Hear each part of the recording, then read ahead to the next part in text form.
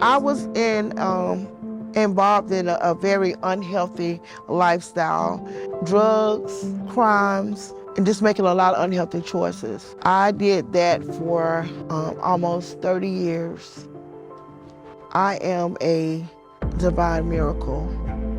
Lighthouse for Life has taught me how to be held accountable, how to make positive choices, how to set boundaries. They have provided education, empowerment, hope.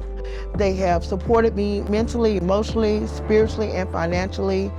And most of all, they've taught me that I am not what I've been through, I'm not what I've done.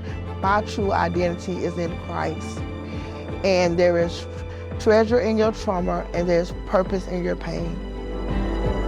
We are coming alongside and fighting with survivors who have already experienced the brokenness of human trafficking to try to provide hope and healing back into their journeys and let them know that they're not alone. A year ago, we were given this property, and we would not have been in this type of space. It was full of just trash and brokenness and clutter from the outside.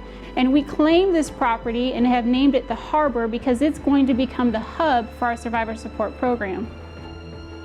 God designs us to be a community. He designs us to be able to do life hand in hand relationally, first and foremost with Him, but also hand in hand with each other.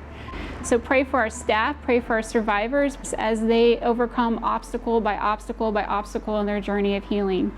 It's not just me, it's not just our staff that loves and cares about them. It's everybody here in the Church of Christ. It's everybody in this community. It's the Lord who sees them and knows them and values them. I am the fruit of Lighthouse for Life labor, and you will definitely be sowing your seeds into good ground, and God will make sure we reap a harvest.